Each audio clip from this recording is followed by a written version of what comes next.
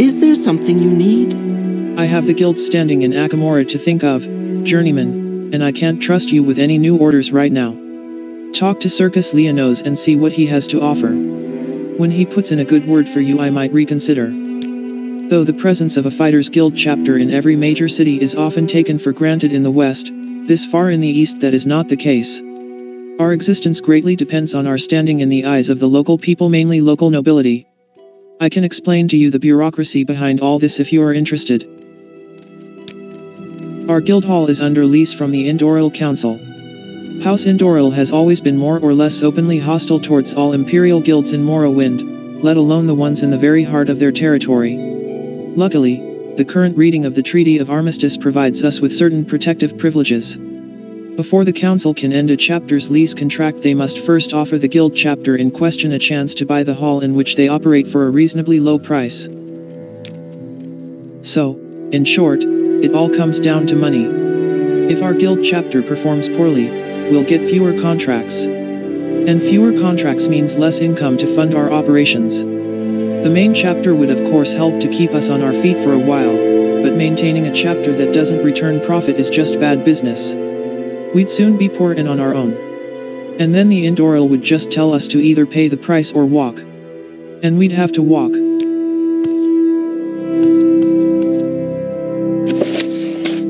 The Arrow-Shot Woman. I heard this story on good authority from a good and honest friend, whose friend was witness to the incident. I do truly believe it happened, as fantastical as it may seem. My friend's friend, Taryn, was visiting the elsewhere city-state of Riverhold during a very hot summer and went to the marketplace there. If you have never been to Riverhold, the marketplace is very crowded, much more than incomparably sized city-states. People from the countryside flock to the marketplace daily in their wagons and carriages. Taryn was passing one such carriage, and noticed that the sole occupant was a woman, seated with her eyes closed and her hands behind her head. An odd sight, to be sure, but he assumed she must be sleeping. Taryn continued on. A little while later, after Taryn had finished shopping in the marketplace, he passed the same carriage. The same woman was sitting in it. Her eyes were open now, but her hands were still behind her head.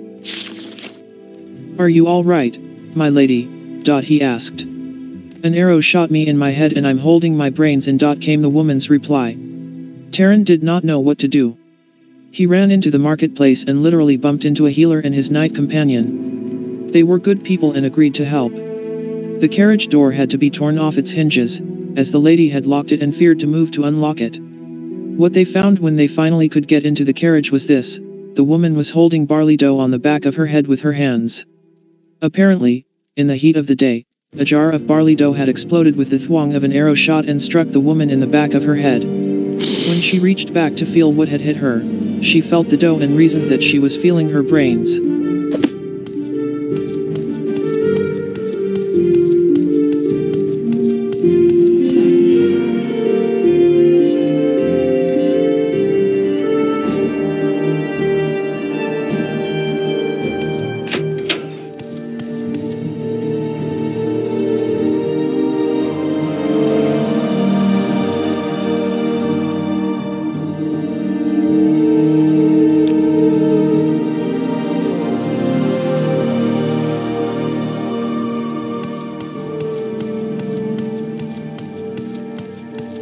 Greetings to you. A pleasure to meet you. Welcome to the cliff city of Akamora, Ada. Yes, I have something for you. I refuse to do it myself, so you can have it if you want. I'll give you the reward they've promised me. Cliburgus Salada, a trader who's staying at the Laughing Goblin here in Akamora, has hired us to find his financial ledger. It has been stolen and he needs it to run his business properly. I sometimes can't even believe how the guild lowers its standards. We're here to fight. Not to do the dirty jobs the guards won't do, like chasing after some stolen book. Unfortunately, we need the money. So if you want the job, you can have it. What do you say? Excellent. You might want to talk to him first, before you start searching the entire city for one stupid book. Report back to me when you've returned Cliburgus's ledger to its rightful owner.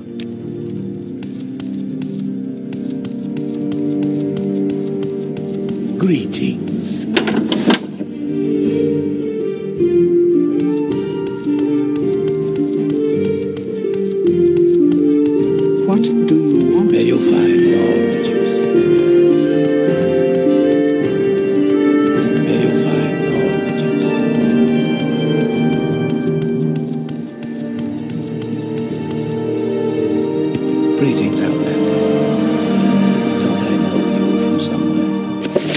A Handbook for the Devout. By Dwemer Thielon. In life, everyone encounters problems or troubles. Sometimes, people find them hard to deal with. That's where the temple and your faith come in. Through devotion, prayer, and this book, you will learn how to become a better mayor. To put your inner strength to work battling against your trials, there are 3 simple but powerful steps you must follow. The first step, perform an act of virtue.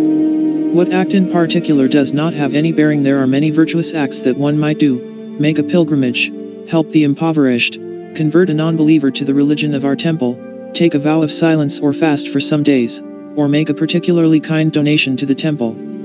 You might ask a priest for a suggestion. The second step, now, when you complete that act, remember the feeling that comes to you. For different people, it may vary: a sense of achievement, a sense of happiness, a sense of relief, even. It will be a good feeling, the good feeling that all people receive upon doing a good deed. Commit it to memory well. The third step, when next you encounter difficulty or hardship, face it head on and do this: recall the feeling attained by performing the good act. Fix it firmly in your mind, and use it as your motivation. This is the strongest motivation possible, the divine motivation of higher achievement. When you are touched by this, your inner strength shines brightest, and will rise up to deal with your problems immediately. You may not recognize yourself when you do so, such is the transforming power of faith.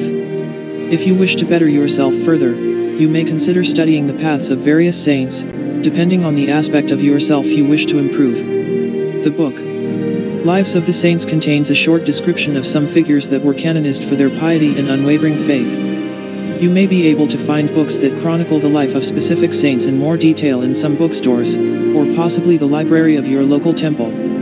Read some of the sacred writings of Vivek, or arrange to be at your temple's next sermon reading. They can enlighten the mind and touch the soul. If you, like many people, take comfort in prayer, I have compiled here some prayers, specially written to give strength to you to combat your troubles. Use these in conjunction with the third step and you will be able to dismiss the hardest challenges.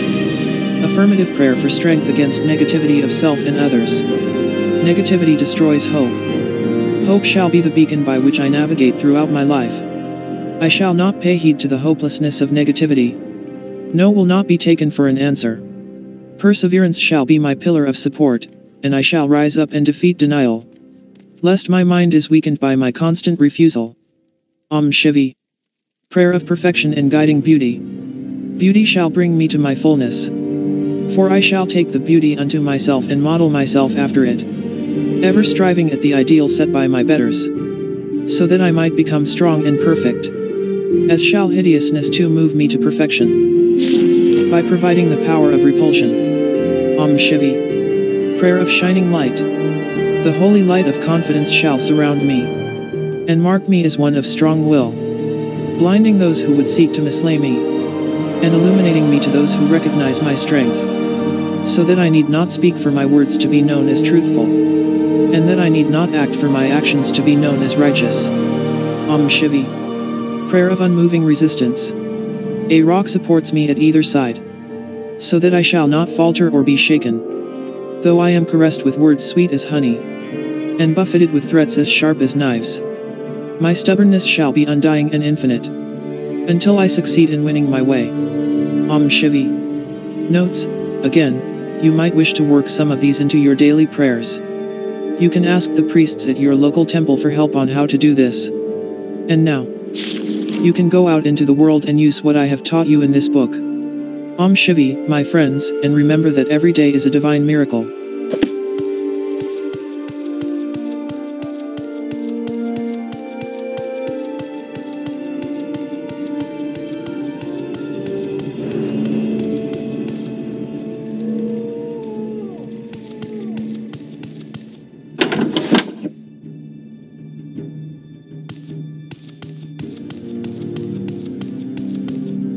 Akamora has quite enough of you outlanders here already, Ada. Please keep your visit short.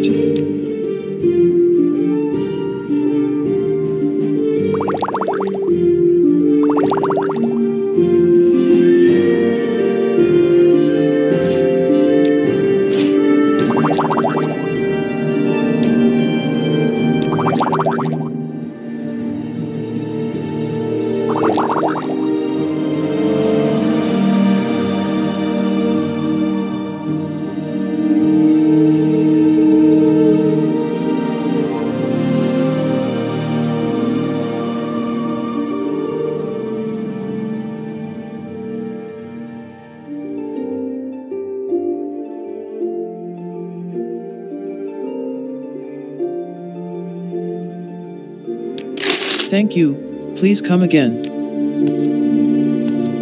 I don't think we've been introduced, Outlander. I'm Clippergus Celata. How can I help you? Yes, that's right.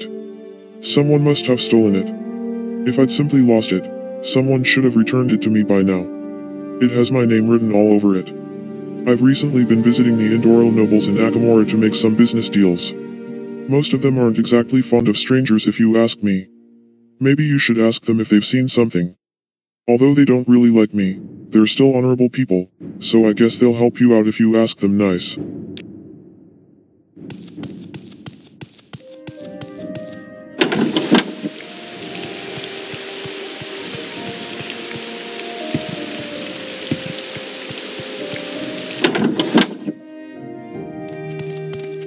You're a member of the Guild of Fighters, Ada.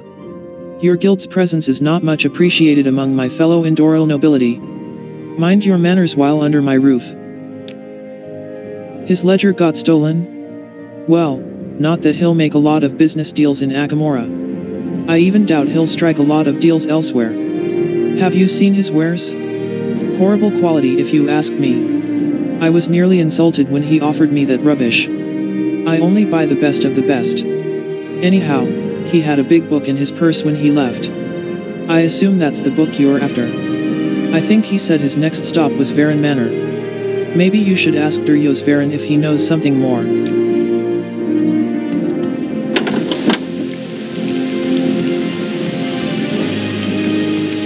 Is it really necessary to... What does he want?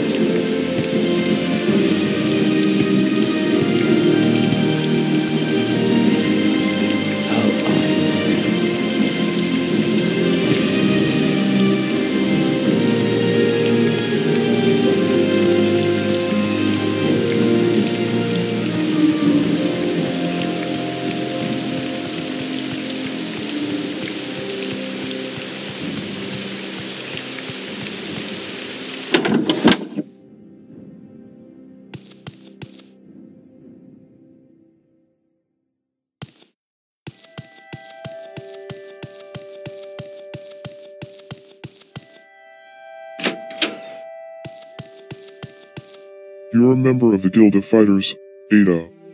Your guild's presence is not much appreciated among my fellow Indoril nobility. Mind your manners while under my roof. You're looking for that stupid book of his? I guess I should give it back. It was entertaining for a little while, though. Akamora is such a dull place to live. When Clippergus Celata disturbed my house with his filthy second-class wares, I told Rizbanji to steal his ledger when he wasn't looking. If you want that book back so badly, ask Rizbanji if she still has it. I have no use for it anymore.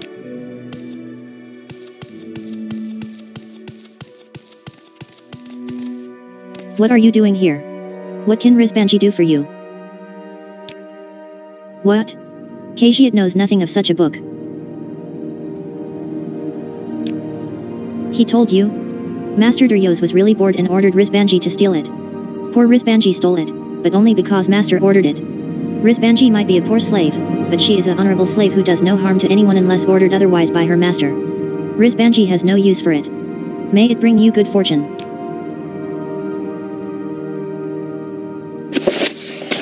This ledger lists the business transactions of the Imperial merchant, Clippergus Celata. Khajiit serve. Khajiit serve well.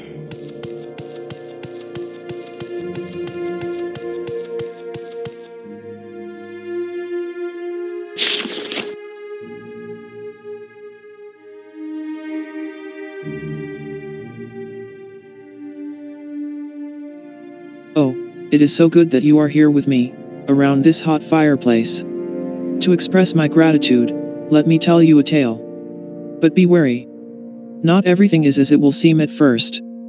Pay attention. A long time ago, or was it little time ago? It doesn't really matter. In the land of Morrowind, there were 5 Kwama mines, and they all competed amongst themselves for who were the biggest, the grandest mine of all. The first mine was led by a queen who would sell the eggs to anyone willing to buy them, but would make the workers overwork, and so the workers grew poor. The second one was led by a queen who took it at heart to exterminate the enemies of the Kwama, and who would train her offspring in the arts of war. However, her army would often return to the mine to find it abandoned, and as the workers fought, there was no food, and so the workers grew hungry.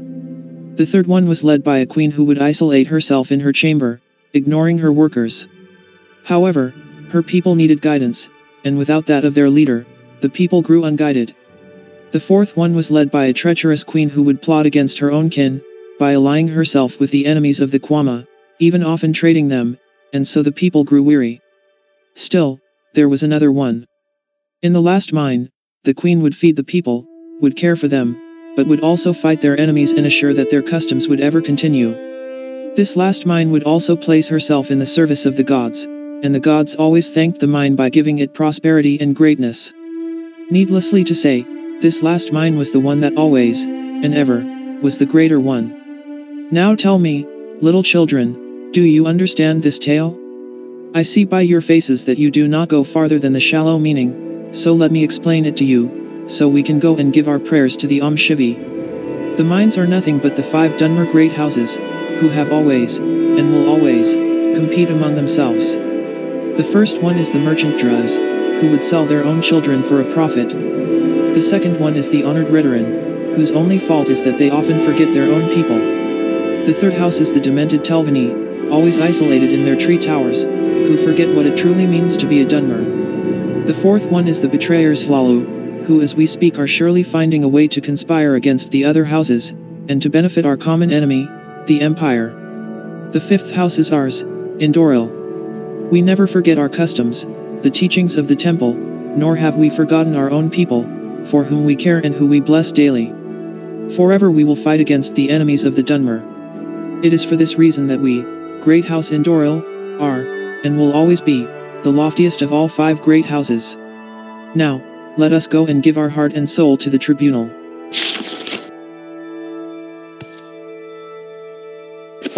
White Book of Great House Indoril. The White Book is a yearbook of the affairs of the Indoril Council for the year 3426. It lists the current members of the council and their residences. It also chronicles significant events and council actions for the year. Councillors of House Indoril. Indoril District. Imperial Era 426. Her faithful servant Grand Ascendant Lord Nerul Sevuro, by grace of Shivi, Chief Councillor of Indoril Council, Lord of Alt Orathan, of Sevuro Manor, Alma Lexia, District of Mournhold, Province of Morrowind. Her faithful servant Master Lord Alvith Sandile, by grace of Shivi, thrice blessed Councillor of Indoril Council, Lord of Gorn, of Sandile Manor, Alma Lexia, District of Mournhold, Province of Morrowind. Her faithful servant Mistress Lady Eraviri Thilitharan, by grace of Shivi, thrice blessed Councillor of Indoril Council, Lady of Tathionese Manor, Alma Lexia, District of Mournhold, Province of Morrowind. Her faithful servant Master Lord Draller Ilvi, by grace of Shivi, thrice blessed Councillor of Indoril Council, Lord of Roadyr, of Ilvi Manor, Onthiran, District of Mournhold, Province of Morrowind. Her faithful servant Mistress Lady Maris Denavan, by grace of Shivi, thrice blessed Councillor of Indoril Council, Lady of Denavan Estate, Lan Orathan, District of Mournhold, Province of Morrowind.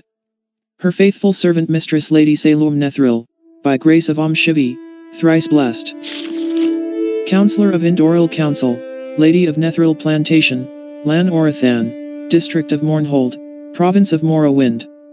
Her faithful servant Master Lord Enan Salvu, by grace of Shivi, thrice blessed Councillor of Indoril Council, Lord of Salvu Manor, Lan Orathan, District of Mournhold, Province of Morrowind.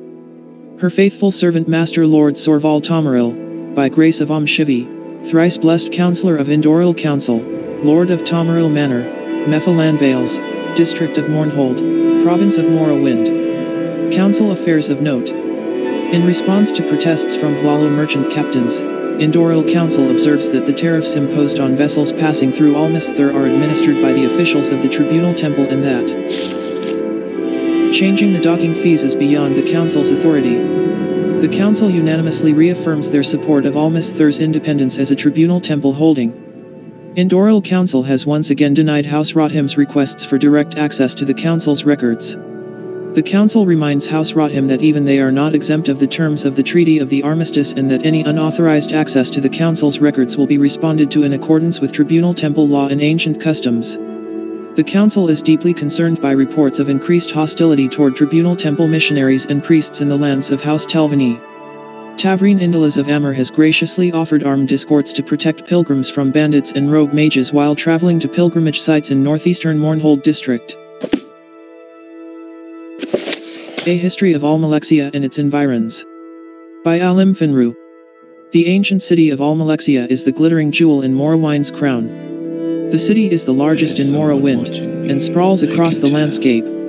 Alma Lexia is also the center of politics and commerce in Morrowind, as it is the home of the Lady Alma Lexia as well as being the seat of House Indoril, a stronghold of the temple, and the capital of Morrowind. Alma Lexia is divided into several administrative districts. Members of House Indoril reside primarily in the Indoril district to the northeast of the city, which also contains the Council Hall of House Indoril and the headquarters of the Ordinators.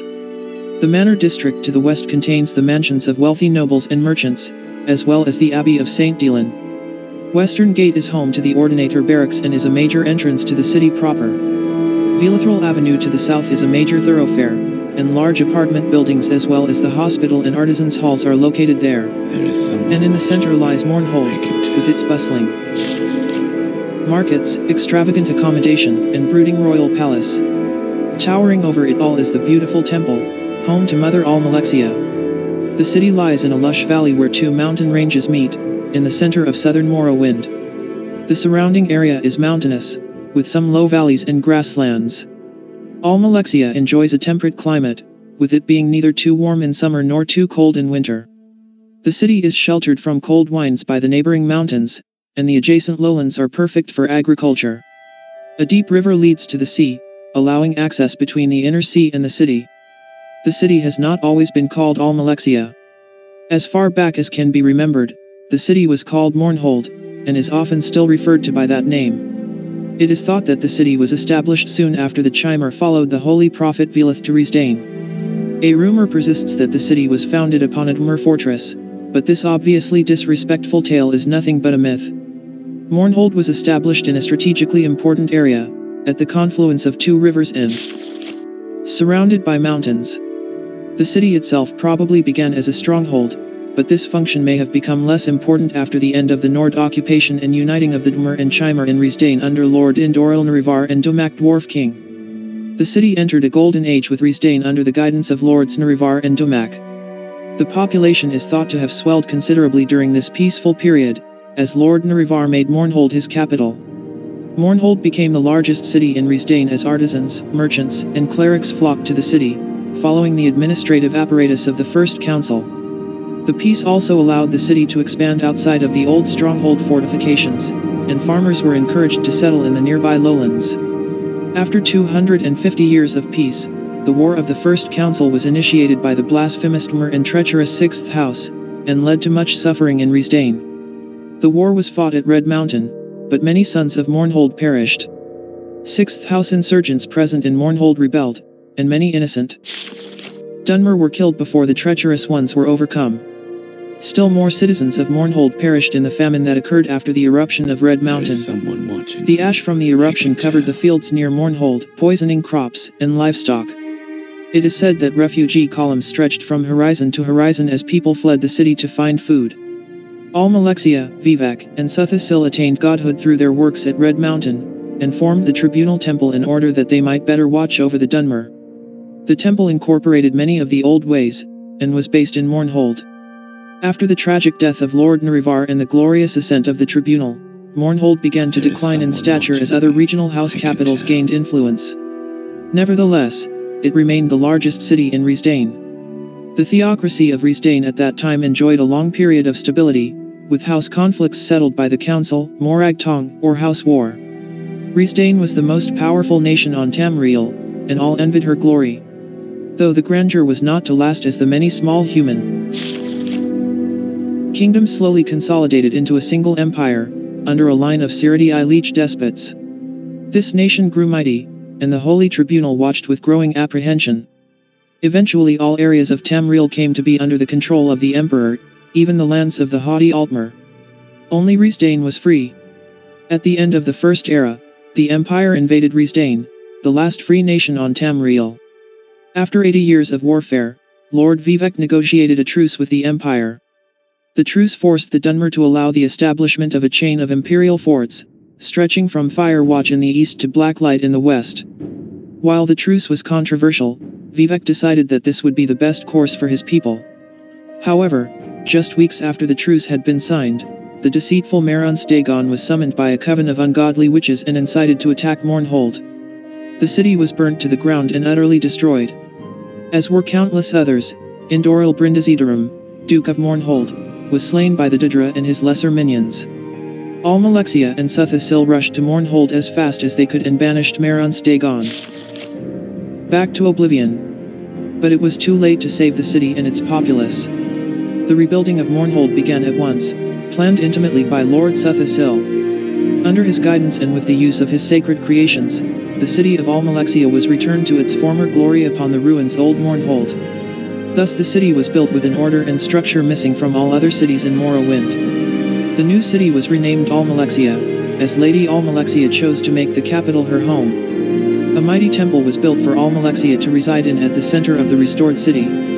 Though she often took long absences from Mournhold, whenever she was resident she walked among the populace and helped those in need. To commemorate the banishment of Merons Dagon, a statue of Alma Lexia was erected in the new Plaza Brindisidarum. After the collapse of the First Cyrodiilic Empire in the Second Era, much of Tamriel dissolved into small warring states.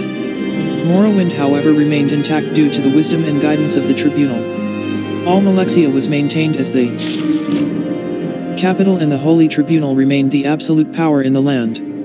It is at this time that the inhabitants of the distant land of Akhavir attempted to invade Morrowind, but Vivek taught the Dunmer how to breath water, and all of Morrowind was flooded to defeat the menace. Alma Lexia escaped much of the flooding, and the little damage that did occur was cosmetic only. The city was saved from the invaders, thanks to the actions of mighty Vivek. 300 years after the flooding of Morrowind, the Cyrodiilic general Talos, later known as Tiber Septim, united the kingdoms of men under his rule. Only Morrowind and the Aldmiri nation remained free. Tiber Septim then turned his attention to Morrowind and demanded that it submit to his rule. The temple with houses Indoril, Druz, and Redoran opposed this, while the weak Lala proposed appeasement of the Empire and the Telvanni refused to become involved. The legions of Septim massed on Morrowind's border, and Redoran troops prepared to do battle. The leadership of House Indoril was certain Morrowind would fall to the legions and was unwilling to support House Redoran's foolhardy intention to face the legions, so an extensive campaign of insurrectionary warfare was planned. However, the occupation never came to pass. Even as the legions invaded Morrowind, Vivek again saved Morrowind. After some initial skirmishes, he announced that a truce had been negotiated, allowing Morrowind to retain its customs and temple, while Morrowind again nominally became an imperial province.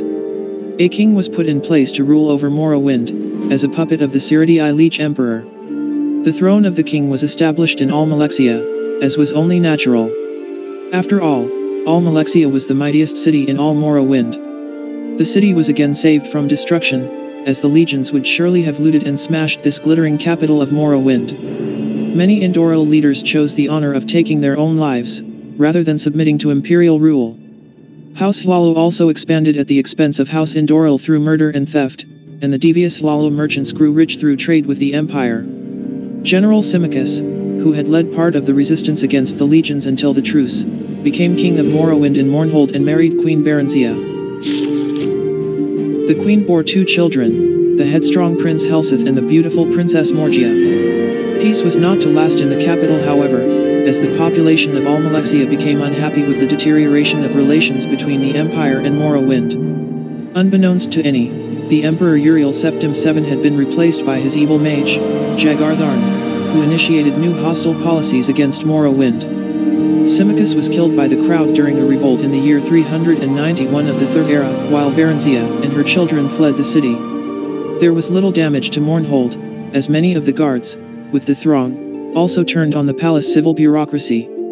The temple in Alma Lexia remained in control of much of the city by influencing the rebels and ensuring a minimum of bloodshed. After Tharn was defeated, Baranzia chose not to return to Mournhold and moved to Wayrest, so King Lethan was chosen by Alma Lexia to restore order to the city. Lethan was much beloved by the people, and the crowd dispersed. 5 years later, Lethan himself led a mighty army against the vile beastmen to the south, destroying their armies and taking thousands of slaves. Throughout the history of Alma Lexia, it has been unrivaled as the center of administration and civilization in Morrowind.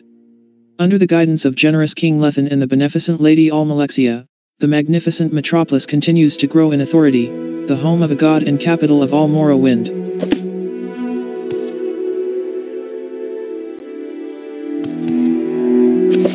Her Hands. By Rielan Saravel. The Hands of Alma Lexia are undoubtedly one of the most powerful elite groups in all of Tamriel.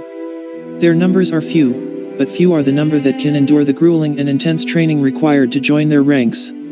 While these masterful holy warriors are, like all other ordinators, at the disposal of the entire tribunal, they are only found in direct service to the Mother. The Master and the Mystery have other agents to secure their interests. The Hands are culled from the most able and virtuous soldiers of Morrowind, although most are Indoril nobles who have already long proven strength of both arms and faith as ordinators. A candidate must have great experience with a variety of different weapons and fighting styles, as well as a profound understanding of a number of schools of magicka. An Ebony Scimitar is the traditional weapon of her hands, but each hand continually hones their skills with a multitude of armaments, as to better serve the Mother. These keepers of the peace are garbed in a suit of her hands armor, given by Alma Lexia herself to bless the wearer with a number of strengths and resistances. The battle prowess of each individual hand is nearly unmatched. Save for a few ancient warlocks and the tribunal itself, the Hands of Alma Lexia is among the deadliest groups alive, unmatched in fighting and priestly prowess. While they generally perform as the personal guards of Alma Lexia, they are also known to carry out the goddess will and act as enforcers. Some years ago, 6 high ordinators began to secretly question tribunal doctrine and express heresies akin to those of the dissident priests. They were betrayed while attempting to enlarge their number among the lower ordinators. Mournhold was rocked by scandal, and the goddess saw that these blasphemers had to be reckoned with in public. Officially, they were to be banished from the city. They were free to go if they could pass unmolested through the west gate. The heretics, suspecting that they would have to fight their way through its small garrison, approached the west gate fully armed. After walking through streets lined by watching crowds, they found the guards had been replaced by a single hand. They charged, hoping to overwhelm through sheer numbers, and despite their own skill were swiftly cut down one after the other. The hand, having exercised Alma Lexia's power, returned to the temple. The west gate was closed. The Hands continue to exercise the goddess will, serving honorably as our guardians and keeping us safe from harm and heresy. Final Confessions and Last Resort. Salaniden Dan. I am ashamed. I never thought it would come to this. I am broken, sobbing, and desperate. I am a shadow of the man I once was. My dignity is gone. I have nothing left in this life. Everything that I have loved or cared about is gone from me. This is my final testament. My life was not always so. Once, I was a respected mayor of House Indoril and a temple ordinator on top of that. Such was my skill and standing that I was stationed nowhere other than Vivek City at the High Fane, where I frequently policed the St. Olm's Canton. I spent the first 60 years of my service as an ordinator on that patrol. My record was exceptional. I managed to arrest some of the most notorious criminals in the city, including a band of Morag Tong impersonators, and a thief who had been robbing Hlalo nobles blind. When I celebrated my 150th birthday, the temple announced a raid against a series of Daedric shrines in the Ascadian Isles region. I was one of the first ordinators selected for the duty.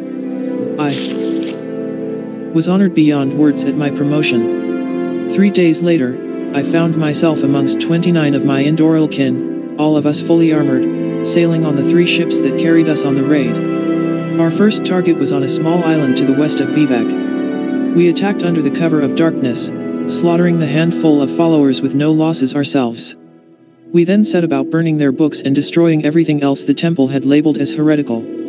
Our final action was to topple the statue of Marons Dagon. We left the shrine a broken, burning wreck. And so it went on like this for a month. We attacked and destroyed 12 bases for Daedra worshippers, losing only 6 of our brothers. Each of our kin that fell did so in the most glorious and honorable of ways, fighting to the last breath against the enemies of the Tribunal Temple. Our final target was far south of Tel Brenora. It was the largest shrine we had encountered yet. Even in the dead of night, the infernal place seemed to glow with a sickening light. We anchored and rushed at the entrance to the shrine, seeing only one guard on duty. As we came at him, a look of sheer delight crossed his face. "Visitors, come to kill us all. Take our heads, friends, they're no good to us anyhow. Leave our feet though. We can't dance without our feet." He broke into a fit of laughter and fell to the ground, holding his sides as tears poured down his face. I ended his life, feeling a mix of utter revulsion and pity. We stormed into the shrine, cutting down dozens on the worshippers. As we reached the first room of the shrine, we saw Khajiit and Argonians dressed as Houstras nobles, and Dunmer dressed as slaves crawling on the ground.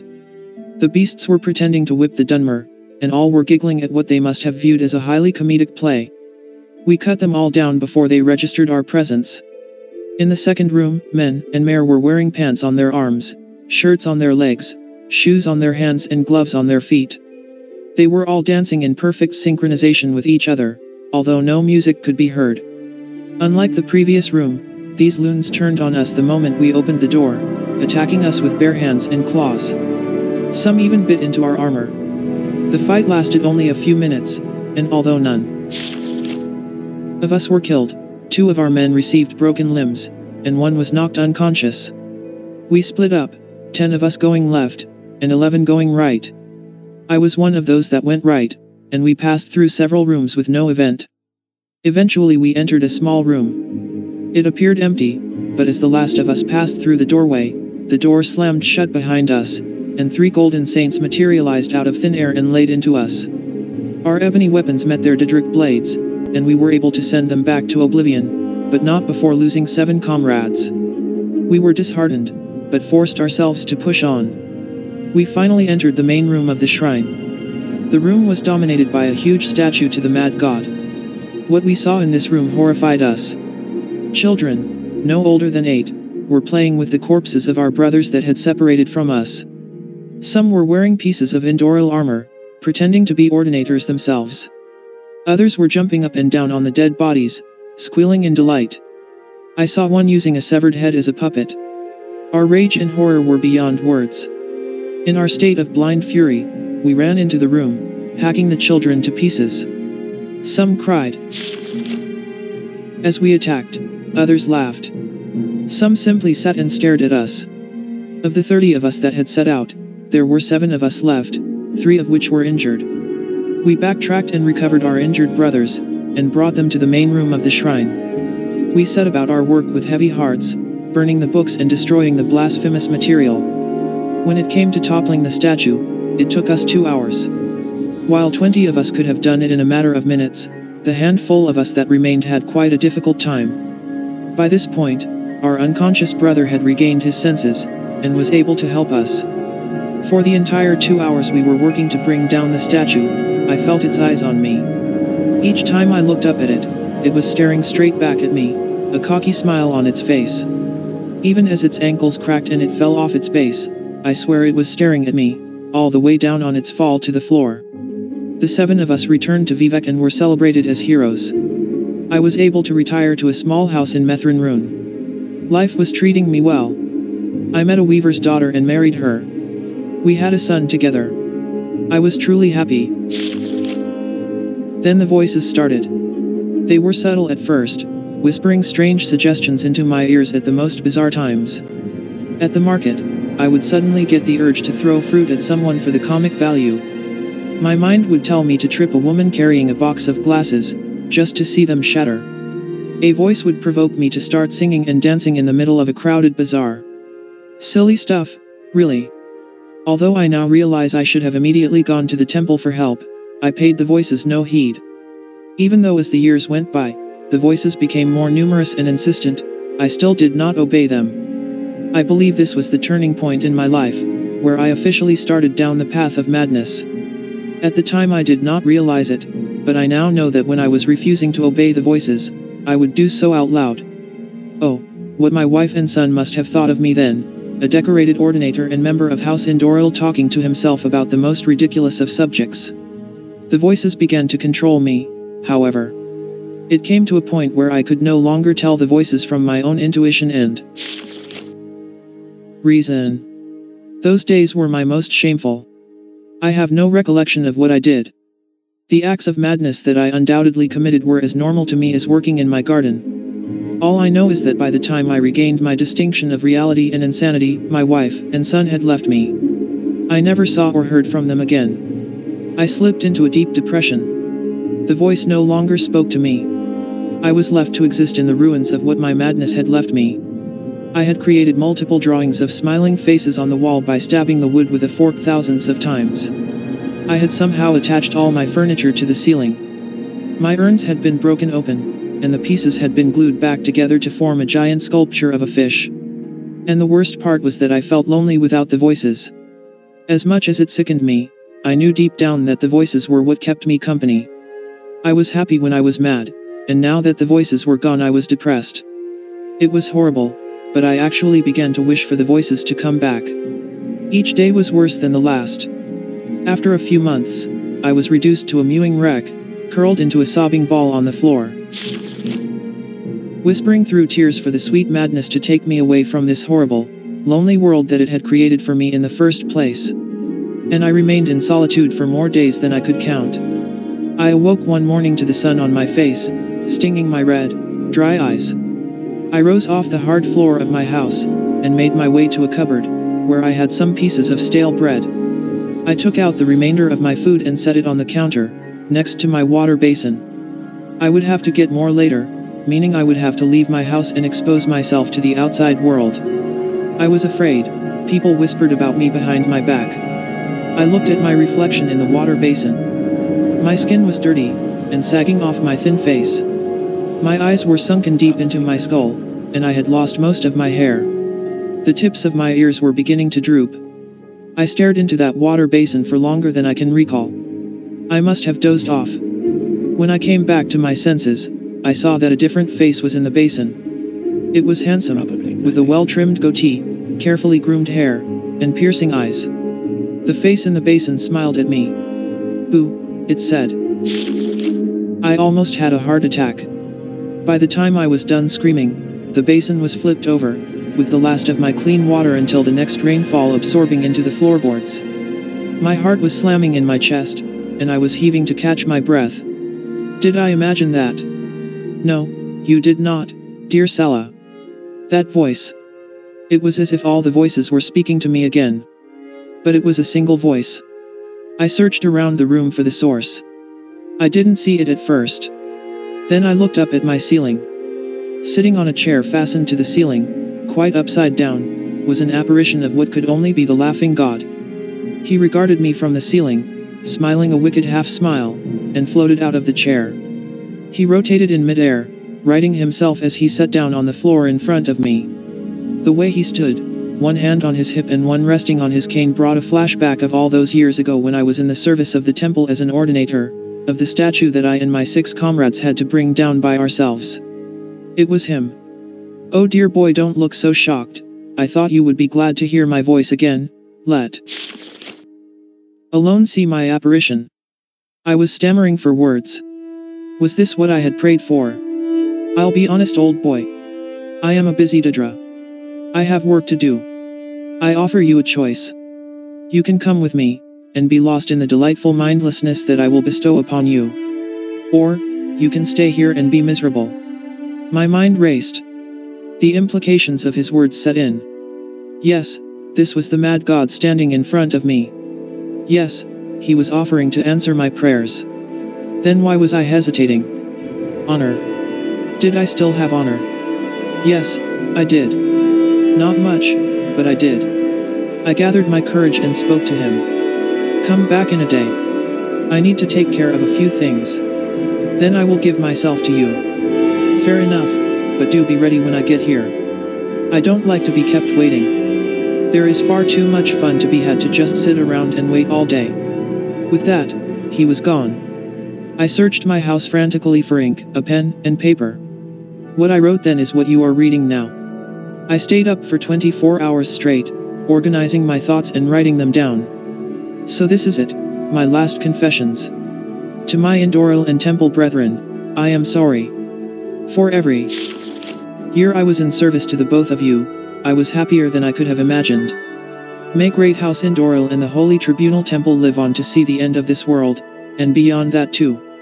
Although I have failed you both, I owe you as well. While I may not have fallen from grace had I not been an ordinator, my life would not have been filled with the righteous thrill that one can only get from doing the holy work of the tribunal.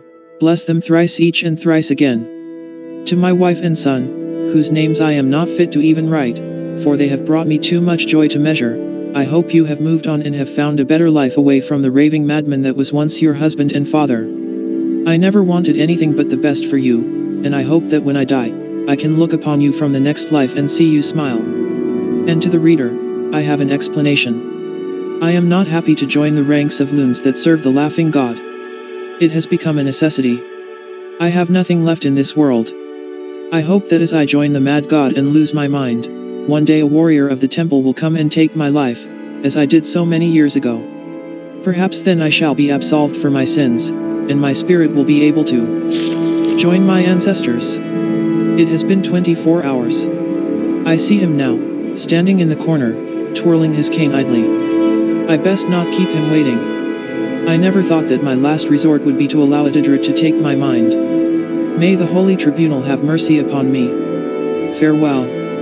Salonidan Dan, kinsman of Great House Indoril, diviner of the Tribunal Temple, loving father and husband, disgraced and a failure, to be absolved in death.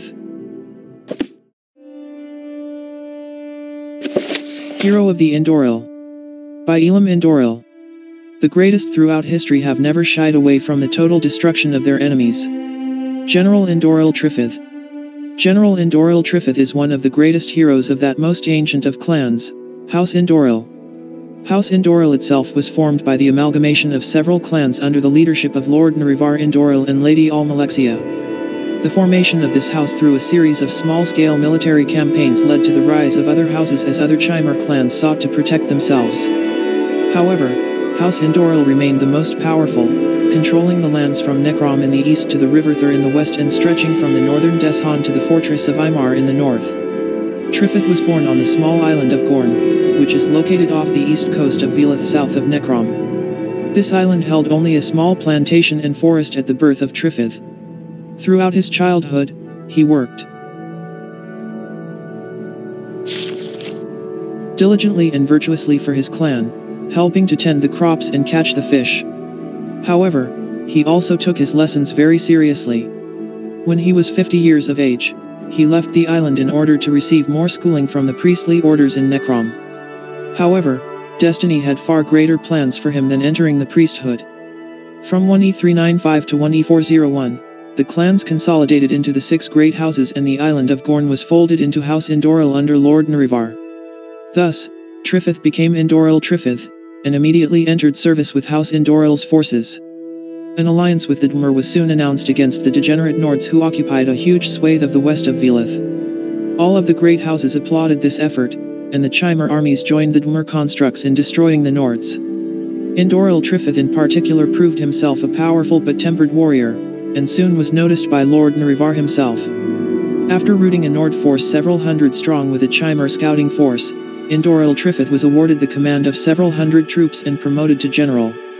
He rapidly rose to the task, orchestrating the destruction of the remainder of the Nordic forces and freeing Velith from foreign domination. Lord Nerevar was made leader of the First Council with his Dwemer counterpart, King Domak, and Velith was reorganized into the Kingdom of Riesdain. After Lord Nerevar's ascension, he tapped General Indoril Triffett to lead the Indoril House armies, elevating the general's family into the nobility of the house. The small plantation was replaced with a mansion and support buildings, and many important decisions were made on this island retreat. During the period of the First Council, the uneasy peace between the Dwemer and Chimer forces was maintained, with little active campaigning except for small-scale battles with Nord Reavers and Orcish raiders. However, the peace was not to last, as the treacherous 6th House and Dwemer betrayed Lord Nerevar. The Dwemer were attempting to construct a god, as a mockery of the Chimer faith. House Dagoth turned on Lord Nerevar and invited Nord and Orc mercenaries to attack Riesdane, to destroy the Chimer nation. Lord Nerevar had met with Domak and been spurned, so resolved to attack the Dwemer, who were predominantly based on Vardenfell. General Indoril Triffett marshaled the troops and contacted the leaders of the other righteous Chimer houses, each of which promised to send troops. However, House Indoril, being the largest and most powerful house, had the honor of claiming most of the united Chimer armies as their own. General Indoril Triffett became the practical leader of the forces, while Lord Nerevar and his advisors struggled to hold Riesdane together. Initially the war went badly, with the organized and resourceful Dwemer able to capture much of the north of Riesdane, including all of Vardenfell. General Triffett decided that the bulk of the army would be marshaled in Narcissus, as this was central to the remaining Chimer lands. The united Chimer forces rapidly marched from Narcissus to Ebonheart, consolidating the heartland of Riesdane and meeting reinforcements on the way. Indoril Triffett decided that the best strategy would involve a forced march to Red Mountain, in order to face the bulk of the Dwemer forces and cut off the head of the enemy. Lord Nerevar and his counselors agreed, and they accompanied the armies. The Dwemer were very well defended at Red Mountain, using profane weaponry and constructs. Lord Nerevar fooled the Dwemer into leaving their strongholds with a small decoy force, while General Triffett arrayed the bulk of the army out of sight. Lord Nerevar retreated back towards the Chimer lines and the Dwemer followed, as well as the foreign mercenaries. Battle was rapidly joined, with the fighting thickest around General Triffett. The Chimer mages sent fireballs smashing into the Dwemer lines, while Dwemer Tome Lords responded with profane energies. The Dwemer forces were heavily armored, but fewer in number than the Chimer. Meanwhile, Lord Nerevar had secretly infiltrated the main Dwemer stronghold with a small contingent of trusted warriors, and confronted Domak. Domak was killed, Lord Nerevar mortally wounded, and the Dwemer were destroyed by Azura for the death of most noble Nerevar. On the battlefield, the Dwemer disappeared instantly, leaving only mindless constructs and mercenaries. The Nords and Orcs were rapidly defeated, with General Triffett leading the final charge against the last body of troops. The battle was won easily as the mercenaries were demoralized and confused, while the Chimer were brave and virtuous. However, the treacherous 6th House, while defeated, remained a force to be reckoned with. Where is that slave? General Triffett ordered that all Mare of the Cursed House were to be destroyed, including the women and children. This caused some dissent, as the Hlaloendras believed that the children should be left alive. General Triffett was convinced, and the Mare under the age of 30 of the 6th House were spared. The detritus from the Cursed House was removed and hidden, and the secret of where was lost. General Triffett himself adopted a child of the 6th House to grow up on the island of Gorn. He retired to the island for several years, but agreed to take up the mantle of general at the request of the Tribunal, in order to protect the new temple faith. The child adopted by the general was named Tay, and was a confident and precocious young man. He excelled at his studies and entertained ideas of entering the priesthood. However, while studying in Mournhold, he was driven mad by the curse of his ancestors and took a name from the Cursed House. He was involved in the deaths of many of his adopted family and their retainers. 7 years after the battle at Red Mountain, the Cursed House traitor Tay led a small rebellion, proclaiming the rise again of the 6th House. General Indoril Triffett was at the time meeting with other house leaders near Red Mountain, discussing the allocation of 6th House lands to the remaining houses. The young blasphemer broke into the fortress where the meeting was taking place, and attempted to assassinate the noble general. This showed that the general had been right regarding the total destruction of the 6th House, and acceding to the wishes of the Driz and Hlalo almost cost him his own life. However, the mad assassin fled and fell into Red Mountain, destroying the fledgling revolt. General Indoril Triffett continued to lead the armies of House Indoril until his retirement in 1768. To allow his niece Indoril Bane Era to assume supreme command of the Indoril warriors. He lived on Gorn for the remainder of his life, meeting visiting dignitaries, and enjoying the simple physical work of his childhood. He passed away quietly in 1802, and was interred in Necrom. His spirit was devoted to the ghost fence upon its construction, protecting Riesdane from the menace of the 6th House once more.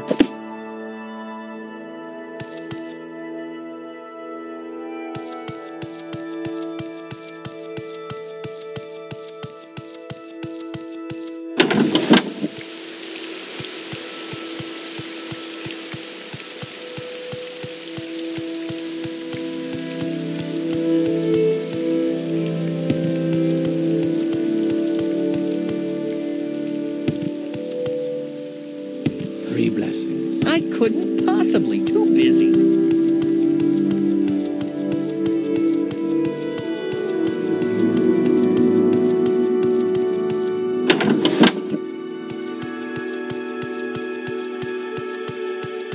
Ada. Please. Ask anything of Cliburgus Celada. Cliburgus Celada is happy to help a friend. Did you find my ledger yet? Wonderful. It doesn't look like there are any pages gone missing. Everything is still there. Nice work, Ada. Where did you find it? You know what? I actually don't want to know. I have my financial ledger back and that's all that matters. I've already paid the Fighters Guild for the job, so you'll have to get your reward back there. Thanks again, Ada.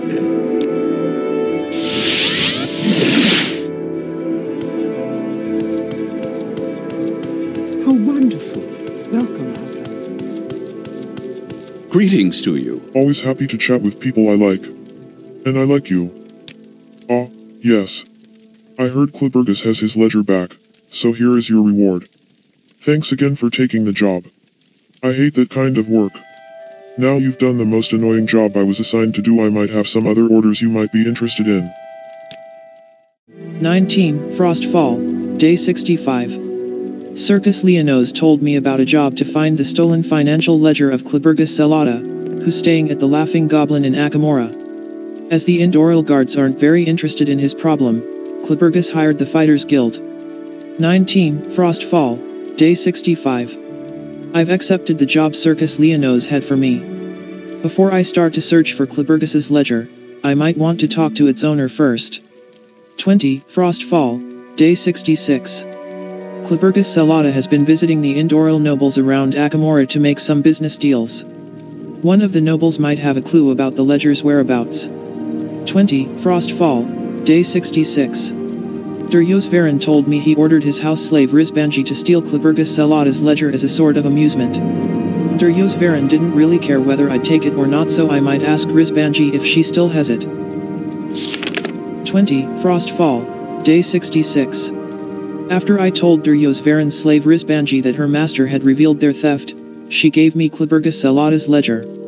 20, Frostfall, Day 66. I've returned the financial ledger to Cliburgus Celada. I can now collect my reward from Circus Leonos. 20, Frostfall, Day 66. Circus Leonos paid me the reward he promised me for finding Cliburgus Celada's ledger. He was really thankful I did the job instead of him.